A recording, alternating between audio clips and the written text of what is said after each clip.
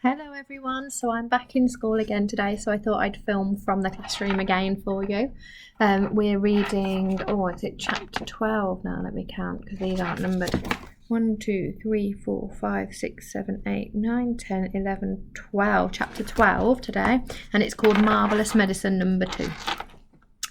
They were in the kitchen now, and the big saucepan was on the stove. All the things Mr. Cranky had bought were lined up near the sink. "Come along, my boy," cried Mr. Killicranky.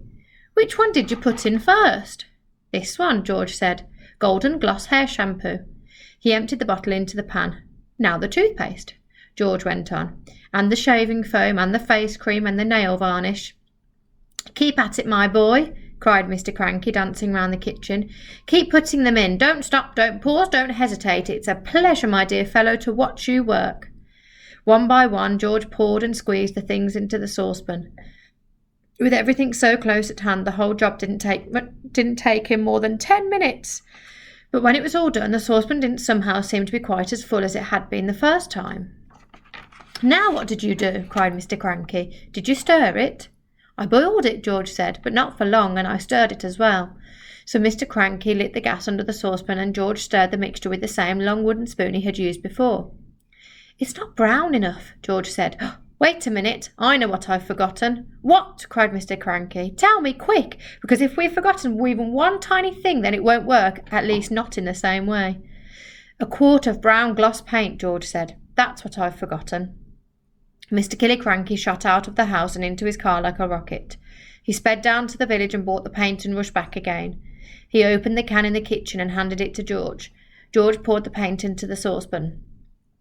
"Aha, that's better," George said. "That's more like the right colour." "It's boiling," cried Mr. Cranky. "It's boiling and bubbling, George. Is it ready yet?" "It's ready," George said. "At least I hope it is." "Right," shouted Mr. Cranky, hopping about. "Let's test it. Let's give some to a chicken."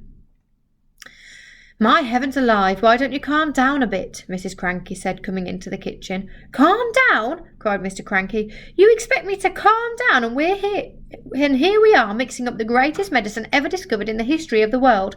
Come along, George, dip a cupful out of the saucepan and get a spoon, and we'll give some to a chicken just to make absolutely certain we've got the correct mixture." Outside in the yard there were several chickens that hadn't had any of George's marvellous medicine number 1. They were pecking about in the dirt in that silly way chickens do. George crouched down, holding out a spoonful of marvellous medicine number 2. "Come on, chicken," he said. "Good chicken, chick, chick, chick."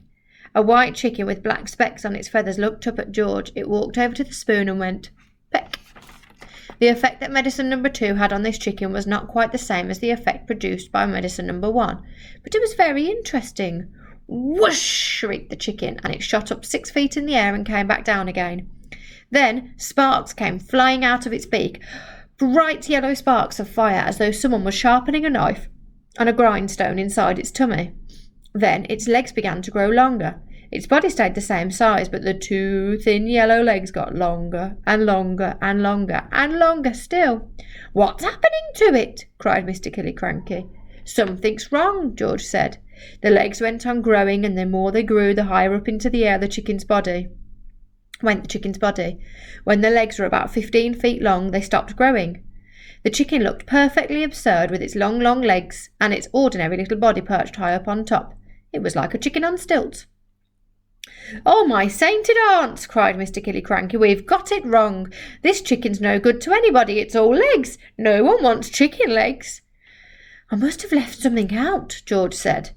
"I know you left something out," cried Mr. Cranky. "Think, boy, think. What was it you left out?" "I've got it," said George. "What was it? Quick." "Flea powder for dogs," George said. "You mean you put flea powder in the first one?" "Yes, Dad, I did. A whole carton of it." "That's the answer." "Wait a minute," said George. "Did we have brown shoe polish on our list?" "We did not," said Mr. Cranky. "I used that too," said George. "Well, no wonder it went wrong," said Mr. Cranky. He was already running to his car and soon was heading down to the village to buy more flea powder, and more shoe polish. I wonder what the next chapter's going to be about. There are enough chapters for me to post tomorrow. Saturday and then Sunday, so that hopefully we might return to school on Monday after half term. We should be able to start a book together, shouldn't we, in the classroom, which would be very exciting. So you have to wait for phone calls and you have to listen to the news, or mummies and daddies listen to the news to see whether we can return to school on Monday the 1st. So after this week, we've got half term for a week, and then hopefully we're back to school, which will be really fantastic.